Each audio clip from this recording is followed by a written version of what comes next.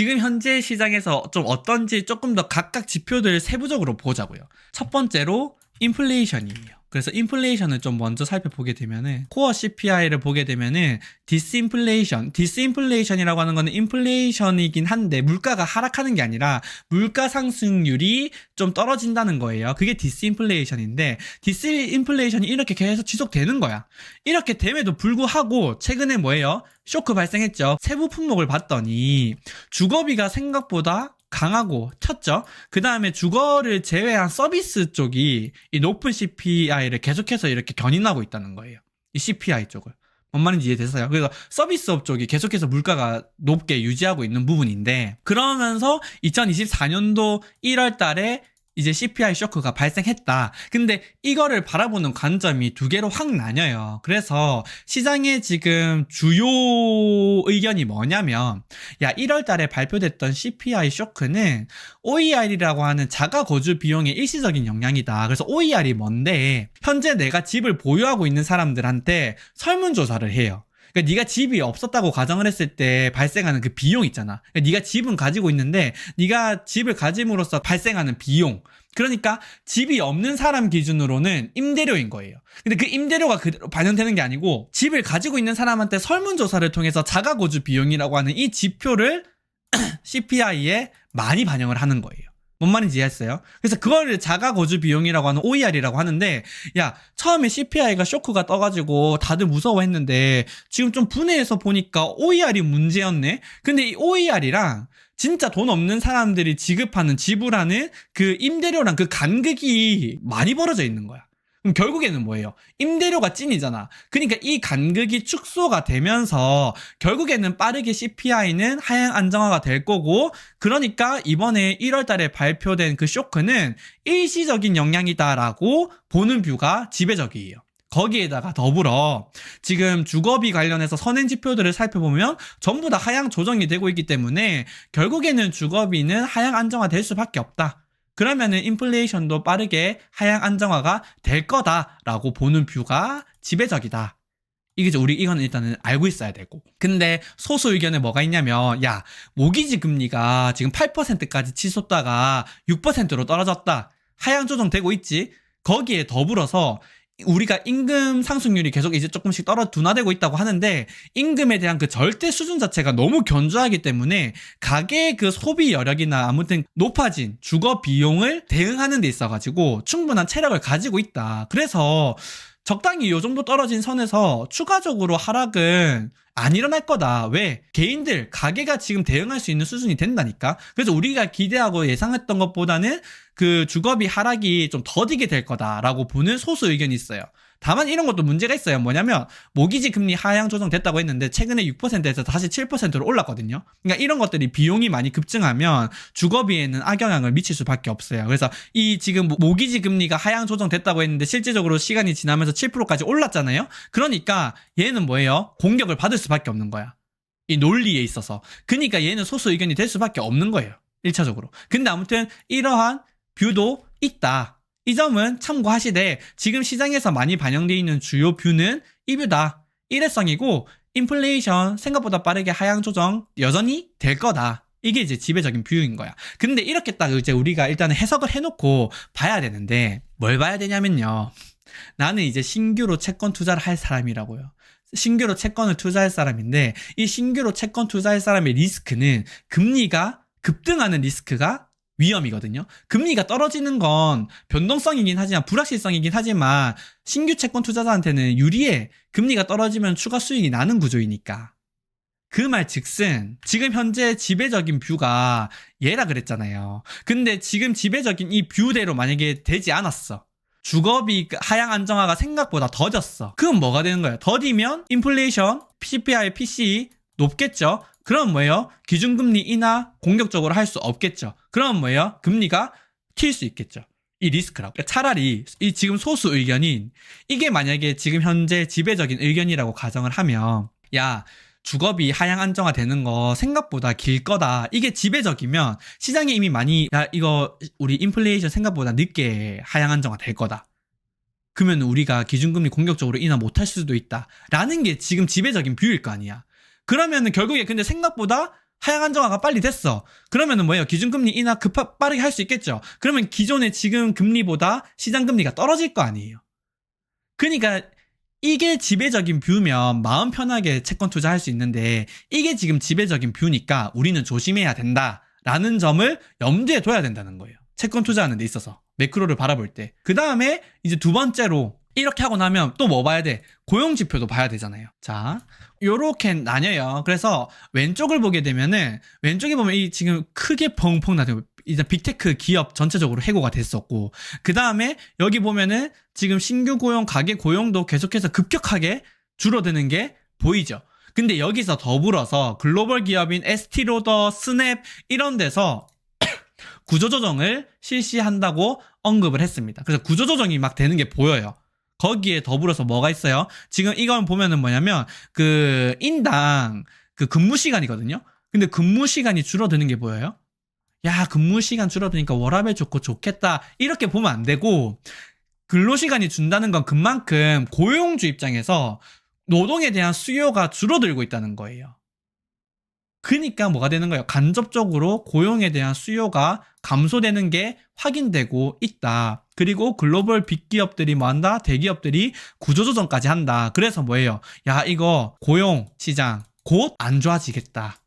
이런 뷰가 있고요. 두 번째로 뭐예요? 야, 너희들 계속해서 고용 시장 안 좋을 거다라고 이야기하는데 지금 뭐 3개월 연속으로 실업률 4%도 못 가고 3.7% 유지하고 있다. 더 이상 올라가지도 않는다. 실업률 견조하다. 그 다음에 여기서 지금 보면은 이 가계 고용 조사에서 많이 떨어졌다고 봤는데 비농업 고용 신규 증감 보면은 오히려 지금 다시 뭐 하고 있다? 늘어나고 있다. 거기에 더욱이 뭐 2024년도 1월 지표 고용 지표 서프라이즈 신규 채용 33만 명 봤지. 그리고 또 뭐 더불어 야, 임금 수준 자체도 되게 높은 상태다.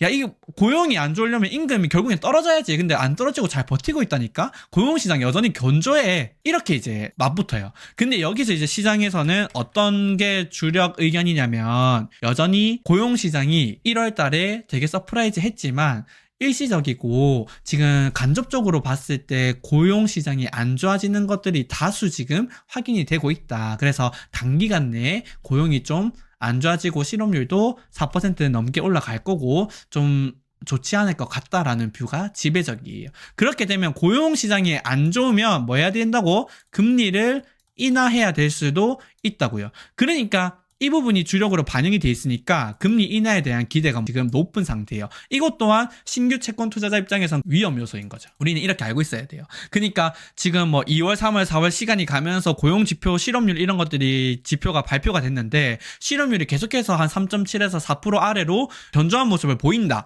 이런 뭐가 되는 거예요? 채권 투자자 입장에서 금리가 튈 수 있는 리스크다. 금리가 좀 튀겠다. 튈 수도 있겠다. 좀 대비하고 있자. 이렇게 좀 염두에 두고 있을 수 있어야 된다고.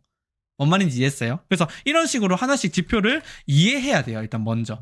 그 다음에 마지막으로 뭐 경제 성장률을 봐야 되는데 경제 성장률 같은 경우에는 자 소비가 이끄는 시장인데요. 일단은 이쪽은 미국, 이쪽은 한국이에요. 그래서 미국을 먼저 보게 되면은 미국 시장에서 경기가 되게 빠르게 안 좋을 거다라고 예상했던 가장 주요 핵심 지표 중에 하나가 뭐였냐면은 초과저축이에요. 초과저축이 결국에는 미래 소비를 결정하는 요소인데 초과저축이 이렇게 빠르게 감소해서 2024년도 초 또는 2023년도 말에 다 소진할 거라고 봤거든. 근데 이 속도가 완만해지면서 여전히 초과저축인 상태가 딱 있는 거예요. 그러니까 이게 뭐예요? 미래 소비를 충분히 이끌 수 있는 거지.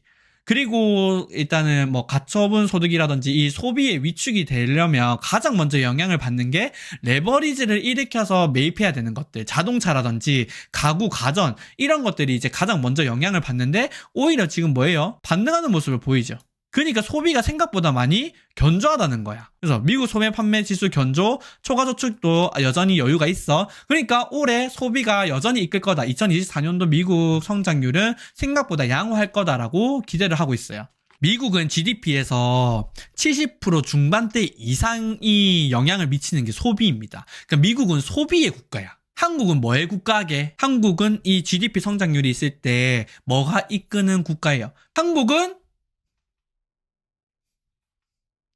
말씀드릴게요.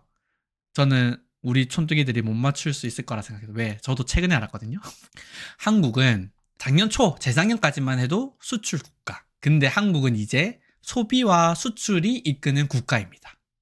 우리는 수출 국가가 더 이상 아니야. 우리나라가 돈을 정말 잘 벌었나 봐요. 가계 소득이 엄청난가 봐. 작년 3분기에는 소비가 수출을 이겼습니다. GDP 성장률 그 기여 비율이 둘 다 40% 중후반대예요. 그러니까 한국의 성장은 소비와 수출이 이끄는 국가가 돼버렸어요. 경제 성장의 성격이 바뀌었다고 우리나라가. 뭔 말인지 알겠죠? 그러니까 소비도 매우 중요합니다. 그래서 소비와 수출에 의해서 이제 왔다 갔다 하면서 이제 큰 비중을 차지하고 있는데 한국은 그렇기 때문에 소비도 봐야 돼.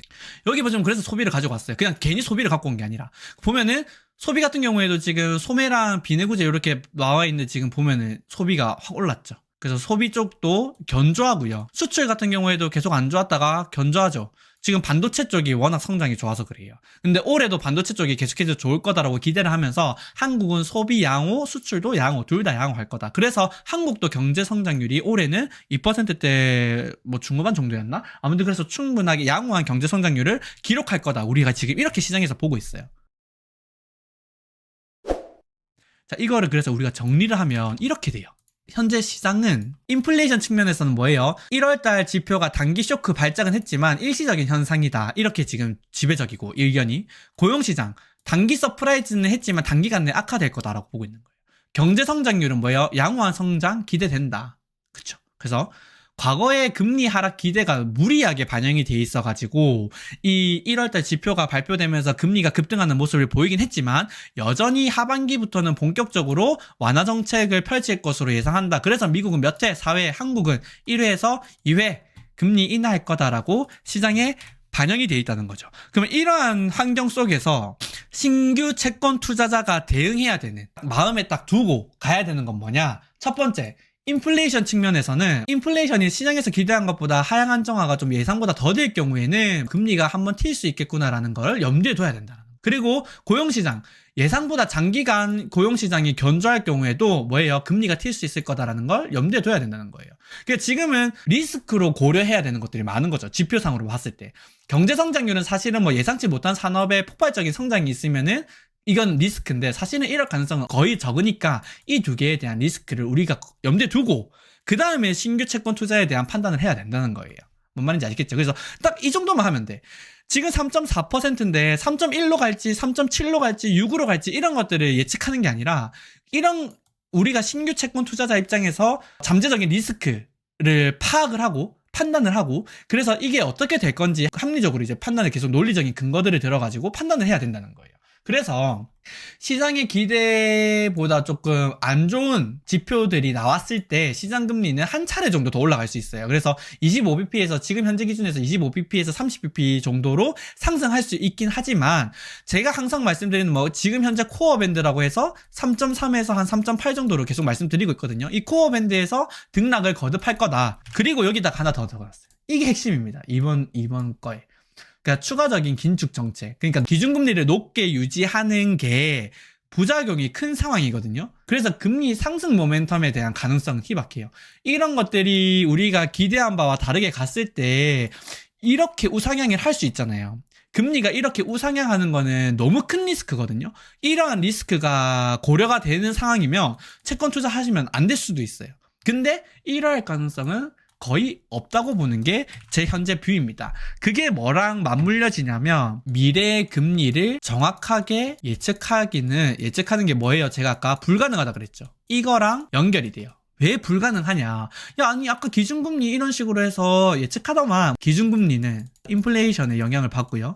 그 다음에 실업률에 영향을 받는다 그랬어요. 그리고 추가적으로 여기 조금 더 한다 그러면 경제성장률, GDP 성장률에 대해서 영향을 받는다고 했는데 이러한 것들로 인해서 기준금리가 영향을 받는 건요. 노멀한 상황일 때만 맞아요. 이 노멀이라고 하는 거는 새로운 뭔가의 그런 극단적인 이슈가 발생 안 했을 때 근데 발생 안 한 적이 있었냐고. 우리가 이렇게 있는 동안. 트럼프가 대통령 당선됐을 때 어떻게 알았으며 트럼프가 그렇게 보호무역을 그렇게 급진적으로 빠르게 적용할 거라고 누가 알았으며 코로나 확산은 누가 알았으며 러시아 우크라이나 전쟁은 누가 알았으며 이거 어떻게 아냐고. 모르잖아요. 그만큼 이것들을 이제 내재 변수라고 하는데, 기준금리는 인플레이션이랑 실업률이라고 하는 내재 변수들에 인해서 압도적으로 영향을 받는 건 사실이지만, 이 인플레이션이랑 실업률에 영향을 주는 외형 변수가 너무 많다는 거예요. 우리가 예측할 수 없는 새로운 이벤트 외형 변수가 너무 많다는 거예요.